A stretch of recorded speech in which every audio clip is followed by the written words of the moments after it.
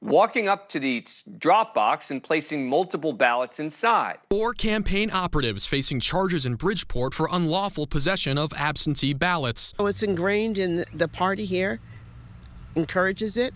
It's how they win elections.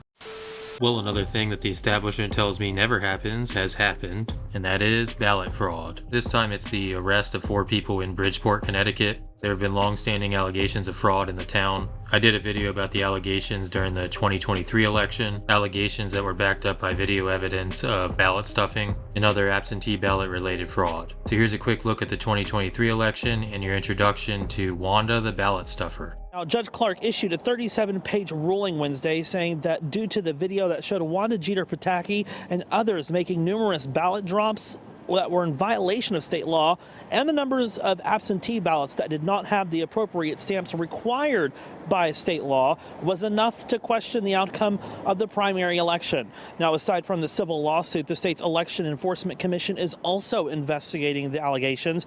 Mayor Joe Ganim, who denies any involvement, won the primary by 251 votes through absentee ballots. Stunning video put out by the Gomez campaign appeared to show a Bridgeport city employee and local Democratic Party official walking up to a drop box in the early hours of the morning of September 5th and making multiple deposits of absentee ballots.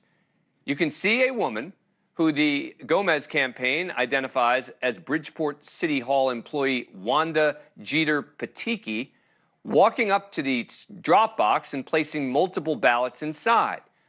Then a few seconds later, she comes back, does it again.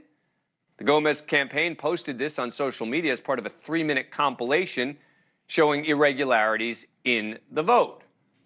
That woman was questioned during a court hearing challenging the election results and pleaded the Fifth.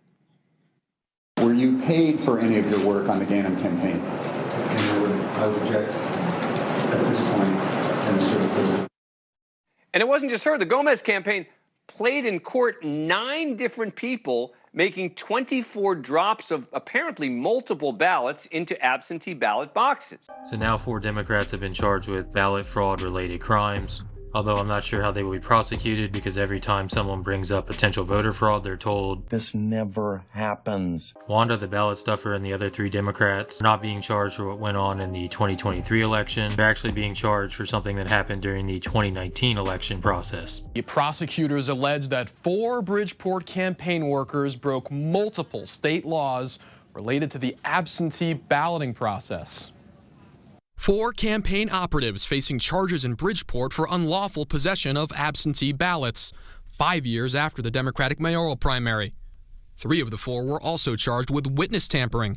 Senator Moore, who ran against Joe Ganim in that race, believes these allegations are just the tip of the iceberg. So it's ingrained in the party here, encourages it.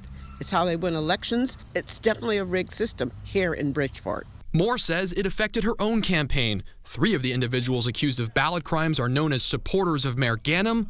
1 was an operative for Moore. But I believe wrong is wrong. If that person committed any type of fraud, they should be treated just as anybody else. Doesn't matter whose campaign you're in. Prosecutors say the improper conduct includes the improper filling out of absentee ballot applications on behalf of voters and instructing prospective voters on who to select on their absentee ballots. Mayor Ganim told News 8 in a statement that regardless of which campaign the accused worked for, any irregularity is unacceptable, and the integrity of the voting process is vital to our democracy. Evidence was presented in 2019.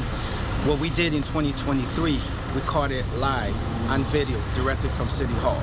The players and the actors remain the same. Gomes was referring in part to Wanda Jeter-Pataki, a Ganim supporter who was among those charged on Tuesday and who was at the center of the overturned 2023 Bridgeport primary when a judge identified her as having placed multiple ballots into a drop box. Jeter-Pataki stands accused of witness tampering and ballot misconduct in the 2019 election.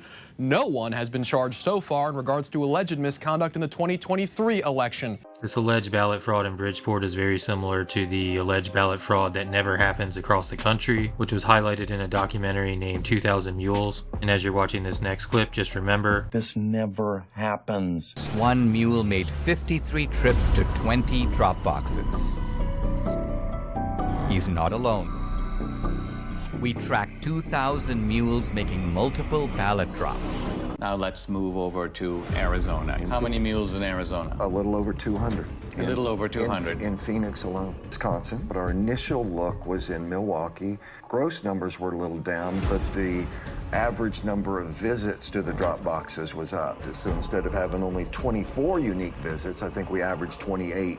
I mean, maybe Wisconsin. I've heard people in Milwaukee are really hardworking, and maybe they just went overtime. And then let's go to Michigan. We have more than 500 mules that we've identified in Michigan. Again, the number of boxes is lower. Now, where in Michigan?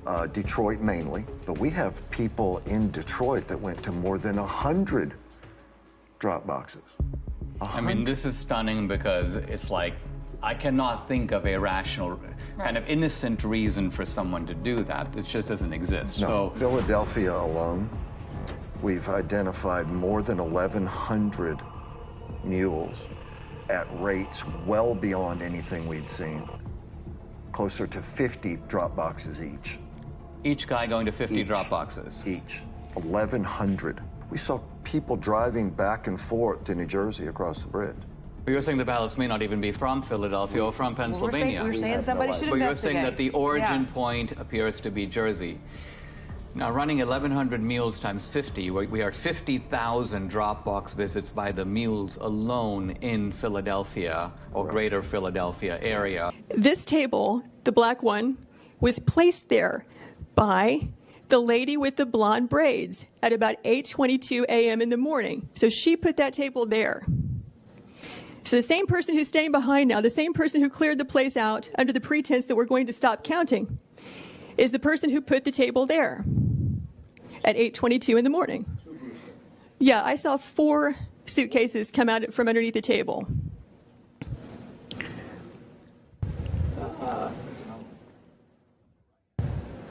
Yeah, upper right hand, you see the gentleman in the red. So he just pulled one out.